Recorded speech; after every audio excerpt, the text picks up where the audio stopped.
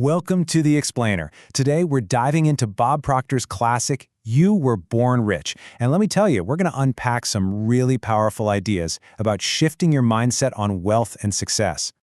So, let's kick things off with a pretty wild story from the book. Picture this. It's 1923, and 8 of the absolute wealthiest guys on the planet get together. I mean, these men were masters at making money. But flash forward 25 years, and it's a total disaster. Their lives were in shambles.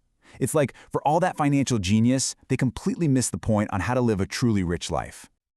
And that story it forces you to stop and think, right? It totally challenges what we're all taught about wealth. If just piling up a mountain of cash isn't the answer, then what is? It feels like we're missing a huge piece of the puzzle. Well, that brings us to what the book calls the money paradox. And this is really our starting point. The whole idea is that money is supposed to be your servant, not your master. Think of it like a tool. It only has value when you use it, when it's flowing. The moment you start hoarding it or obsessing over it, that's when you end up with those empty, tragic lives we just talked about. The book makes this incredible point. It says most of us are living like extras in our own movie, you know? We're so busy following what everyone else says we should do, trying to please everybody, that we basically hand over the starring role of our own life to someone else. And in the process, we never tap into those real, inner riches that we were all born with. So if the answer isn't just chasing money, then what do we do? Well, this is where we get to the core idea of the book. It's about building a totally new foundation for how you create wealth. Okay, and here's the big secret.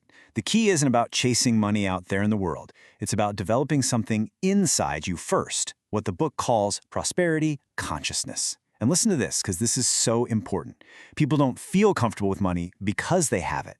They have money because they're already comfortable with it. Whoa. I mean, just getting your head around that one shift, it changes everything. So let's break this down. You can really see the difference here. Most people operate from a poverty consciousness. What does that mean? Well, you look at your bank account, see it's low, and then your thoughts become all about lack and scarcity. It's a vicious cycle, right? But prosperity consciousness, man, it just flips that whole script. You start with the thought of abundance, even if your bank account says otherwise. You hold that thought, and that's what starts to create a whole new reality. Okay, so how do we actually build this new reality? Well, it all starts with you stepping into your power. You have to see yourself as the architect of your own destiny. And the main tool you're going to use, your ability to create images in your mind. I mean, just think about it for a second. The very first chair. Before anyone ever sawed a piece of wood, it had to exist as an image in someone's mind. It's true for literally everything humans have ever created. And guess what? You have that exact same creative power. You are the mental architect of your own life. There's this fantastic story in the book that shows this in action. It's about a manager, Paul Hutsey. Now, he was a good manager, had a great team, but his office was just stuck. They were ranked 175 out of 500. And deep down, he knew they were better than that. He knew they should be in the top 100. But the numbers, his reality, just wasn't matching up with what he believed was possible. So the advice he got was kind of wild. He was told to completely stop letting the sales numbers define how he thought. Instead, he had to start acting as if his team was already in the top 100. He had to build that image in his mind and hold on to it no matter what the weekly reports were saying. And the result? You're not going to believe this. He gets transferred to an even worse office, one ranked at 163. 6 months later, his team finished at number 11. Number 11 in the entire company. Think about that. He didn't get a new team. He just changed the image in his head. That new mindset, that prosperity consciousness, literally created a new reality for him and his team. Okay, so this all sounds amazing, right? But let's get real for a second. How do you actually put this into practice? How do you ground this powerful mindset when you're maybe drowning in debt or just super stressed about money right now? Well, the first step is actually an ancient piece of wisdom.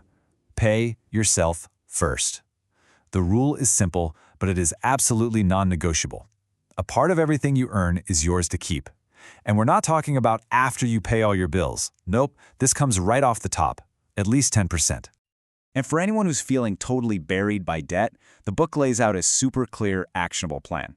This isn't just think positive and your debt will vanish. No, this is a step-by-step system. When you follow these steps, you start to take back control.